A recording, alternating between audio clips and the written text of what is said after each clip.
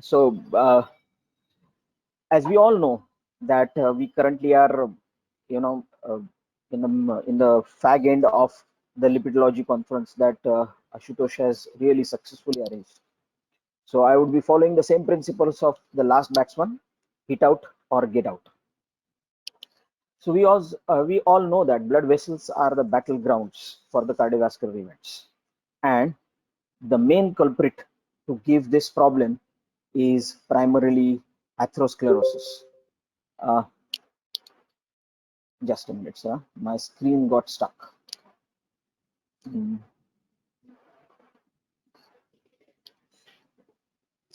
Yeah.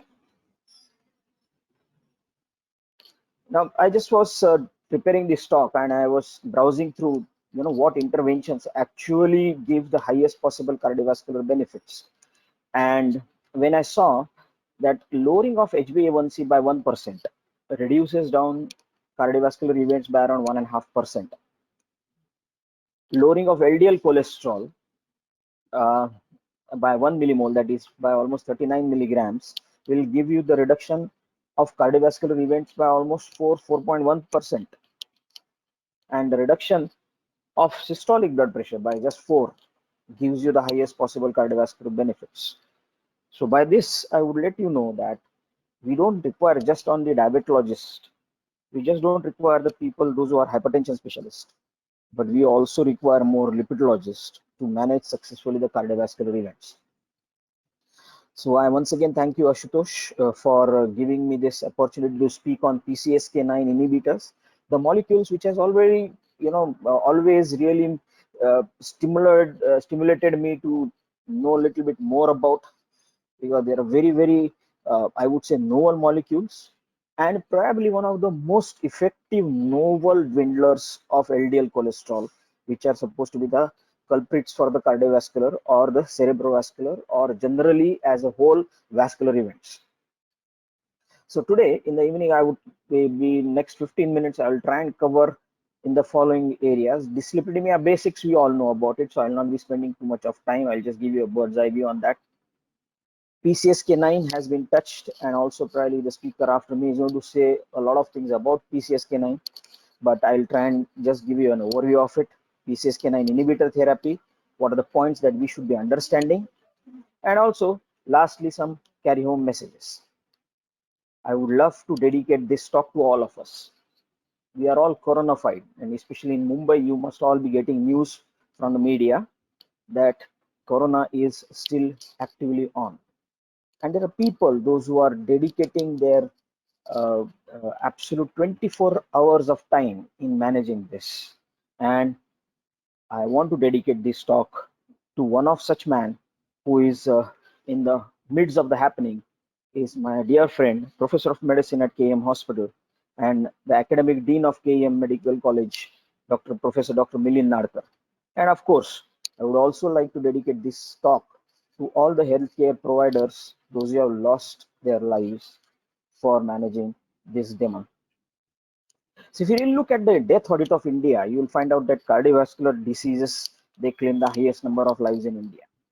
And now, especially, there is a paradigm shift from having just the high coronary events in India to now we do have got a very, very high atherosclerotic cardiovascular events in Indians. And if you really find out the adjusted odds ratio, that is risk in the South Asian in comparison to the Western world, you will find that the risk is almost doubled. And the Inter-Heart study showed clearly the risk factors for myocardial infarction in Southeast Asia. The only and the most promising is dyslipidemia. And again, here, if you find out the adjusted established risk, you will find out that Indians are almost 81% more vulnerable than Western world, with the additional along risk factors like reduced HDL cholesterol, high triglycerides, and increase in the insulin resistance. Now, why this is so and why it is so difficult for us to manage is basically because Indians not only are Indian phenotypes, but our coronaries are very peculiar. Now, if you talk to the cardiologists, they will tell you, those who have worked outside in the world, they will always tell you that Indians, they do develop atherosclerotic heart disease very, very prematurely, almost decade and a half in comparison to the Western world. and we have comparatively very small coronary arteries. We develop severe disease in very young age, and the disease appears, the coronary disease appears to be not only distal, but also there are long lesions or they are very difficult to intervene lesions. And hence, we need to rely a lot on the pharmacotherapy along with interventions in the cardiology for managing all these risk factors. And one of these risk factors I'm going to touch upon is management of dyslipidemia, and then I'm going to talk to you about LDL as a prominent culprit, which everybody talks about, and you must have heard about this.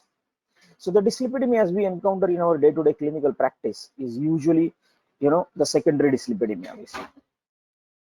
Familial dyslipidemia or familial hypercholesteremia or the genetic variants, which today, couple of speakers they spoke about beautifully. Dr. Srinivas, Dr. Shiva Subramaniam spoke very well about this, and I'll tell you that even though it is shown as 5%, but I am more than sure about that. Now the incidence reported for primary familial hypercholesteremia is almost 1 in every 300, 200 to 300 patients.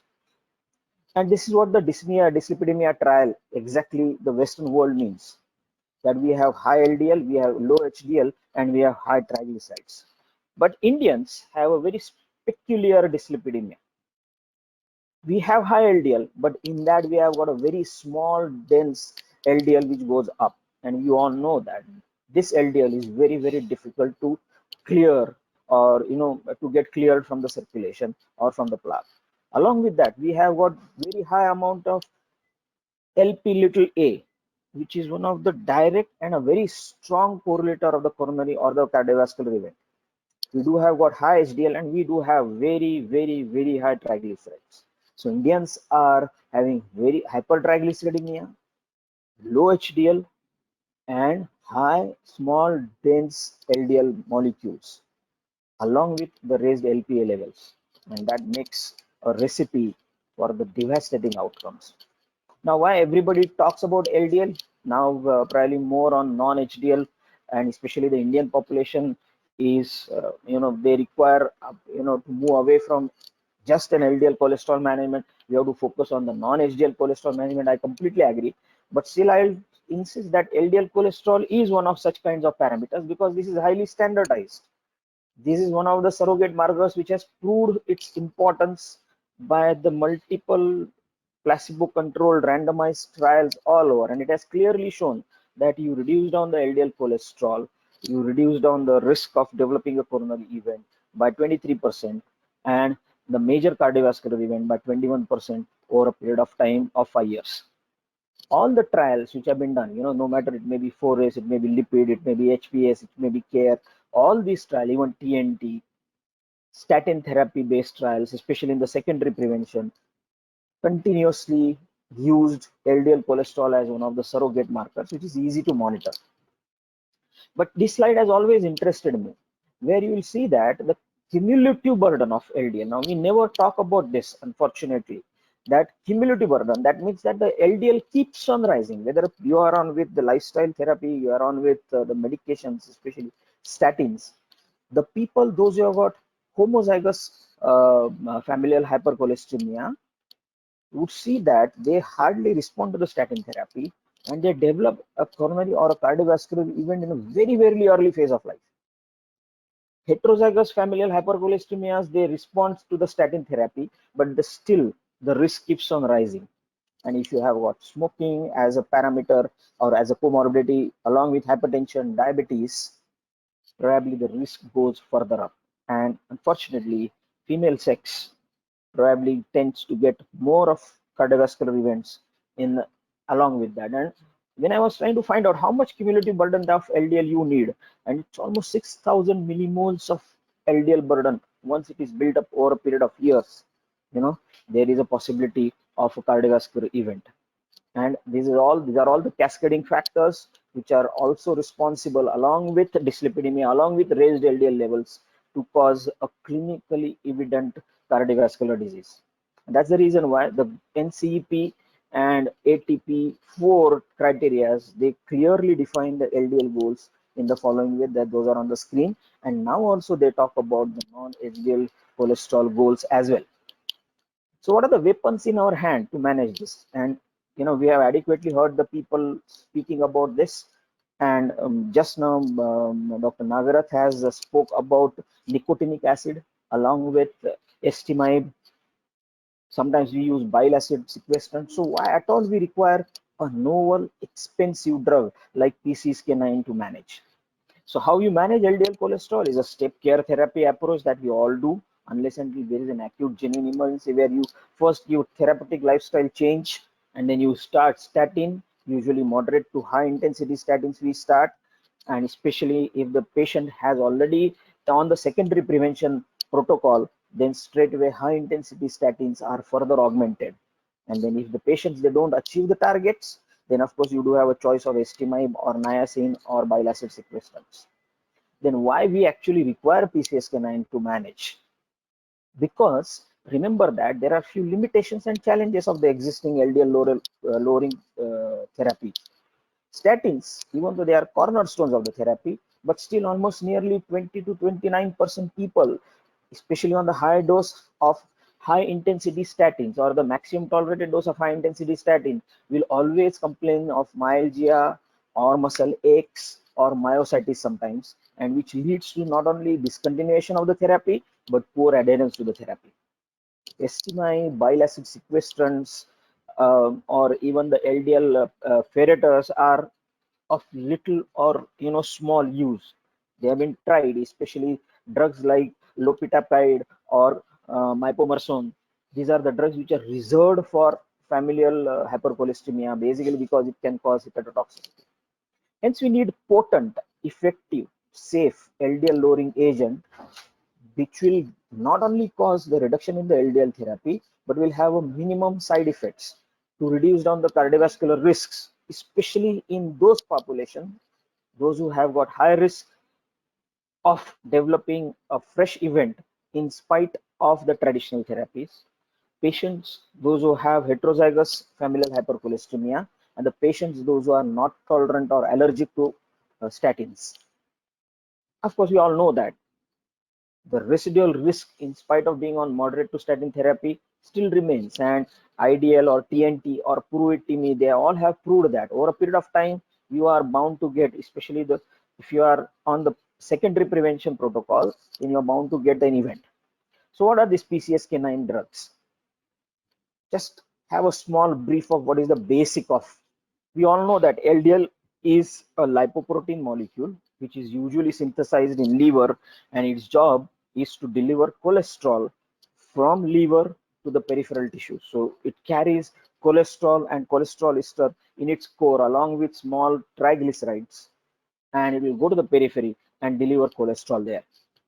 Now, this is how exactly the LDL, I would say, once it returns back from the periphery, delivering cholesterol and comes back, because remember that LDL usually gets synthesized, once it gets metabolized, the VLDL goes down, the VLDL goes to the peripheral circulation, it breaks down into LDL and then IDL, and some portion gets converted or comes back to the liver.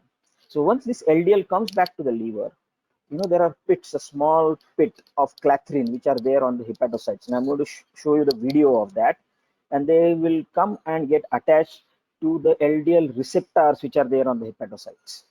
And what these receptors they do, let's see in this video.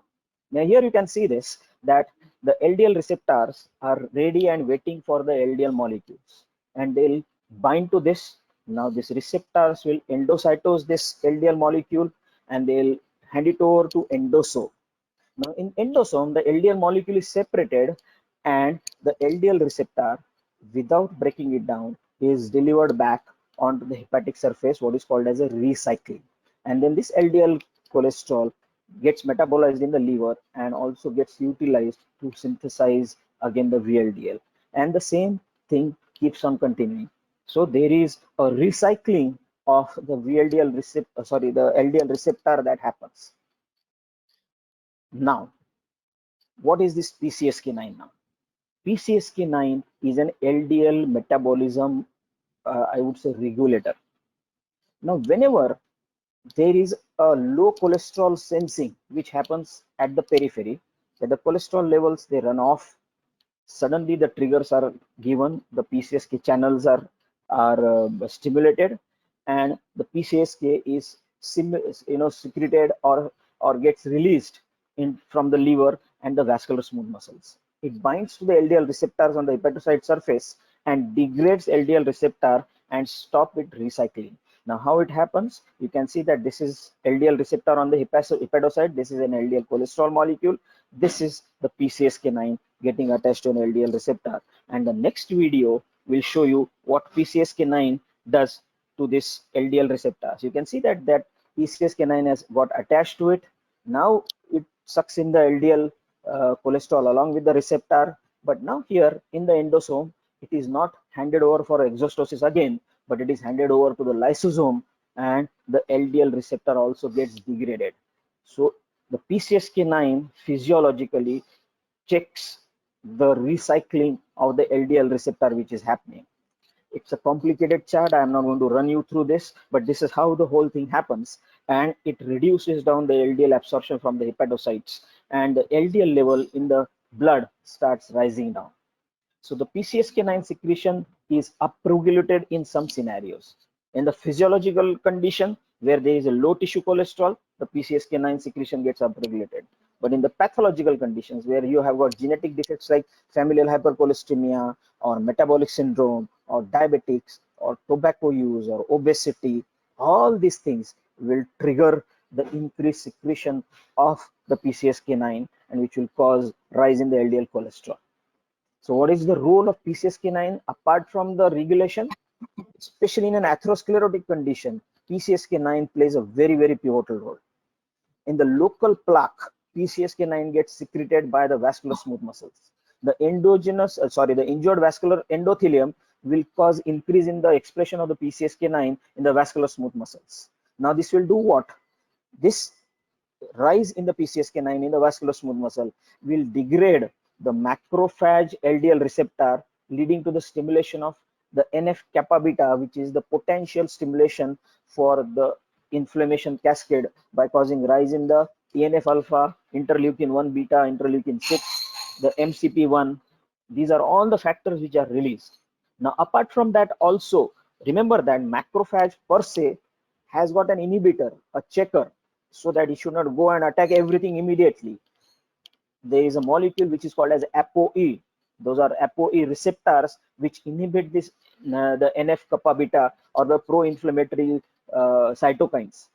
PCSK9 goes there on the macrophage and destroys this ApoER receptor, and which will again stimulate the inflammatory cascade. And the oxidized LDL, because it also releases a lot of the reactive oxygen species.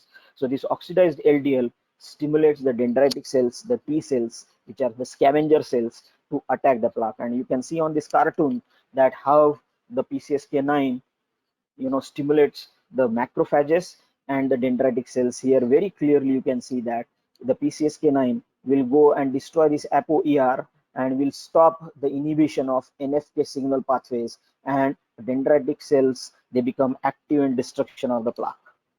So now, where you will use these PCSK9 inhibitors? In the patients, those who have got familial hypercholesteremia, those are on with statins. In spite of statins, they do have.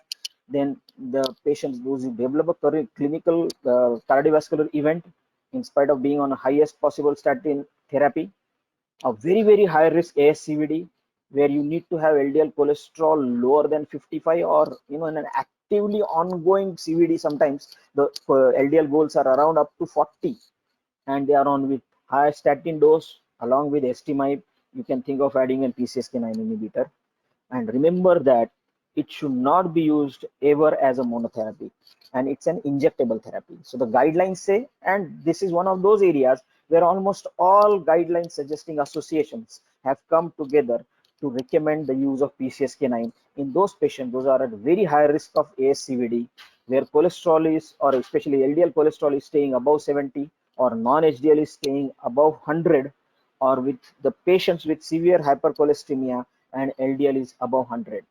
Now, this is a classical example where how PCSK9 levels are elevated in the patients of familial hypercholesteremia. ESC, ESD guidelines clearly told us that especially in the secondary prevention, that means those who already had an event, now they are going to have or probably are likely to develop an event, PCSK9 inhibitors becomes the first choice of therapy after the maximum tolerated dose of statin to manage the LDL cholesterol. In very high risk family patients, the evidence is class 1C. For the statin based regimens where people are not tolerating statin, the use of PCSK9, the suggestion is class 2D. Primary prevention, probably there is a small role. It has not been studied, but still it can be used. This is an interesting slide which talks about an use of PCSK9 in acute coronary syndrome. And here clearly it is mentioned that if you can see that if the LDL cholesterol goal is not reached after the 4 to 6 weeks, despite of the maximum tolerated statin therapy and estimate, the addition of PCSK9 is even recommended immediately after the intervention as well. So this is how the PCSK9 inhibitors they work. They'll bind to the PCSK9, they'll stop the binding of PCSK9 to the LDL receptors, and it will take away, and the LDL receptors keep on increasing on the surface, and the destruction which happens because of PCSK9 is inhibited. So what are the PCSK9 inhibitors which are available? In last 5 minutes I will be telling you. There are only two which are approved for the current use. In India we only have one. We only have evolocumab we have, and it is only available as a single dose 140 milligrams every fortnightly you have to give as a starting dose therapy, and is administered as an injection which is given subcutaneously. It is available by the name of Repatha, and FDA has approved it for all the possible reasons which are there on the screen. Where Arilukimab, which is Praluent, it is not approved for so many indications as Evolocumab has, because it has got a solid, I would say, study backup. The randomized control trials have been very successfully run on Evolocumab. What are the effects that it gives you? You can see that it can cause a whooping reduction of LDL cholesterol by almost nearly 70%. It reduces down non-HDL cholesterol by 58%. It reduces down triglycerides. It reduces down ApoB destruction. So remember that. Sorry, it reduces down ApoB, not ApoB destruction, ApoB, which is a culprit. There are very few side effects that you have. A small nasal pharyngitis, urinary tract infection, sometimes diarrhea or bronchitis have been reported. And in a phase 2 trial, you can clearly see that LDL cholesterol is significantly low on the patients, for the patients those who are on with evolocumab therapy. Now, apart from that, does it lower on other parameters as well? Yes, it does. And you can see that HDL cholesterol, which Dr. Nagarath was talking about, can also go up on PCSK9, which is one of the most important effects I feel because of this. There are a list of the clinical trials. There is GOS, there is Mendel, there is Fourier, there is ODC, Osler, so many of them. I'll just show you brief of all these quickly, where you can very clearly see that LDL cholesterol is not only lowered but maintained at that level continuously for 12 weeks. This is in GOS, this is in Mendel, this is in Fourier, where you can clearly see that over a long period of time of almost 168 weeks, the patients have maintained a lower cholesterol level. Even, you can see in ODC, a trial which is involving Arilocumab, you can see that the same effects can be there. In Osler 1, in Osler 2, in fact, in Osler 1 trial, not only LDL cholesterol is lowered, but you can see LPA levels, they go down. The triglyceride levels, they go down. Look at HDL levels. HDL levels, they go up. They're all benefits which are there primarily because of this. Glagau was a very interesting trial which studied the plaque formation through IVUS and the effect of PCSK9. And to my surprise, it was demonstrated that a plaque regression happens by almost 64.3% in those patients, those who have received the PCSK9 monoclonal antibodies. This is just a quick comparison how the people and the patients were, I would say, randomized in all the three trials. SPIRE is not on, probably bococizumab trials have been halted currently, but Fourier used evolocumab and ODC used alirocumab. And whenever the drug has a suffix of mab, that tells you that it is a monoclonal antibody. It also has got an impact on LPL, LP little a, which is very important and truly atherogenic molecule. Not only that, questions were asked whether it stops or reduces atherosclerotic cardiovascular disease. Of course, Osler 1, Osler 2 showed, even ODC program showed that it reduces the incidence of atherosclerotic cardiovascular disease. How about in diabetes? Very interesting study, and 4 year again demonstrated that whether patients have diabetes or they do not have diabetes, LDL cholesterol is surely reduced, and not only reduced, it is kept there. And you can clearly see the evidence from these slides that 4 years shows that evolocumab is one of the most potent drugs for not only the LDL reduction but for the primary endpoint preventions like MI, stroke, cardiovascular death, hospitalization because of unstable angina, or the CABG, but the secondary prevention as well for the same.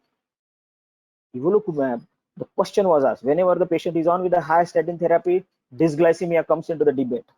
Does the evolocumab has any effect as far as the glycemic parameters are concerned? You can clearly see that there is no impact on HbA1c or C-peptides. In fact, in the type 2 diabetes patient, you can see that hyperinsulinemia goes down on the evolocumab therapy. 4 year again showed that evolocumab does not cause new onset diabetes, which is probably a black tag on the statin therapies. In acute coronary syndrome, I have already shown whether there is a trial. Yes, EVOPAX was the trial which was done, which has shown that even in acute coronary syndrome, evolocumab or Repatha can be very well used, and it gives you the people attending LDL targets to a tune of almost 90% and above. So that is a significant affection. So to summarize, ladies and gentlemen, PCSK9 inhibitors are really a beautiful drug of the choices to reduce down LDL cholesterol and to reduce down the say cardiovascular events in the coming times, especially for the secondary prevention. Primary prevention, we are still waiting. The bocuzumab data was there. Bococizumab was being studied in SPIRE, but unfortunately the study has been halted. PCSK9 are indicated in the following indications, which already we have discussed.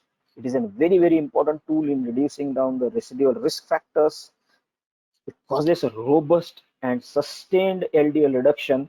Apart from LDL reduction, it also causes reduction in LPA levels, in the triglyceride levels, in the non-HDL cholesterol levels, and also it causes reduction in ApoB levels and also causes rise in the HDL cholesterol levels.